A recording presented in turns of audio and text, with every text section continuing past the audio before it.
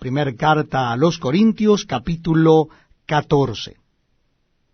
Dice así la palabra de Dios: Seguid el amor y procurad los dones espirituales, pero sobre todo que profeticéis. Porque el que habla en lenguas no habla a los hombres sino a Dios, pues nadie le entiende, aunque por el Espíritu habla misterios. Pero el que profetiza habla a los hombres para edificación, exhortación y consolación. El que habla en lengua extraña a sí mismo se edifica, pero el que profetiza edifica a la iglesia. Así que quisiera que todos vosotros hablaseis en lenguas, pero más que profeticéis, porque mayor es el que profetiza que el que habla en lenguas, a no ser que las interprete para que la iglesia reciba edificación.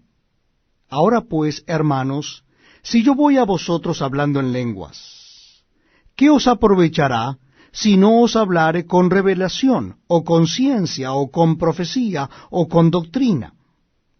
Ciertamente las cosas inanimadas que producen sonidos, como la flauta o la cítara, si no dieren distinción de voces, ¿cómo se sabrá lo que se toca con la flauta o con la cítara? Y si la trompeta diere sonido incierto, ¿quién se preparará para la batalla? Así también vosotros, si por la lengua no diereis palabra bien comprensible, ¿cómo se entenderá lo que decís? Porque hablaréis al aire. Tantas clases de idiomas hay, seguramente, en el mundo, y ninguno de ellos carece de significado. Pero si yo ignoro el valor de las palabras, seré como extranjero para el que habla, y el que habla será como extranjero para mí. Así también vosotros, pues que anheláis dones espirituales, procurad abundar en ellos para edificación de la iglesia. Por lo cual el que habla en lengua extraña, pida en oración poder interpretarla. Porque si yo oro en lengua desconocida, mi espíritu ora, pero mi entendimiento queda sin fruto. ¿Qué pues? Oraré con el espíritu, pero oraré también con el entendimiento. Cantaré con el espíritu, pero cantaré también con el entendimiento. Porque si bendices solo con el espíritu, el que ocupa lugar de simple oyente, ¿cómo dirá el amén a tu acción de gracias?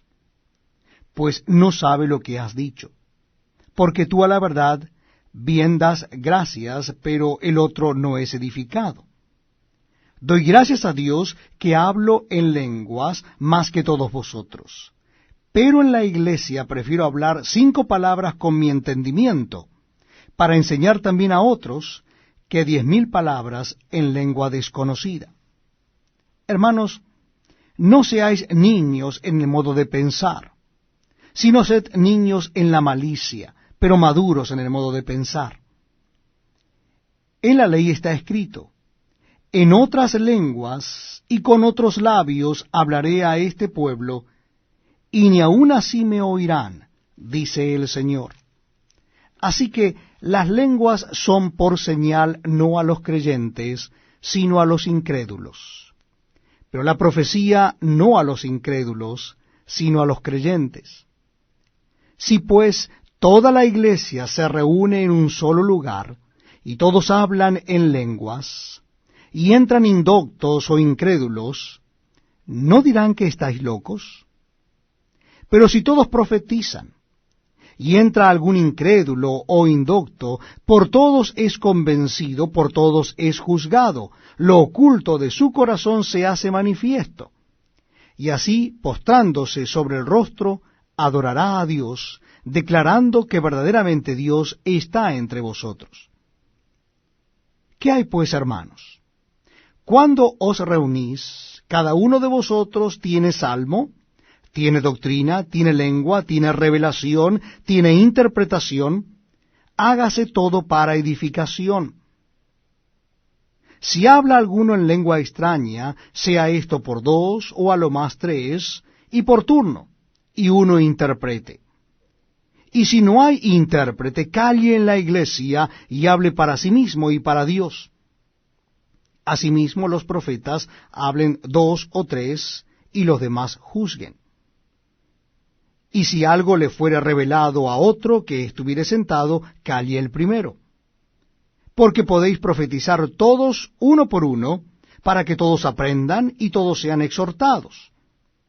Y los espíritus de los profetas están sujetos a los profetas, pues Dios no es Dios de confusión, sino de paz. Como en todas las iglesias de los santos, vuestras mujeres callen en las congregaciones, porque no les es permitido hablar, sino que estén sujetas, como también la ley lo dice.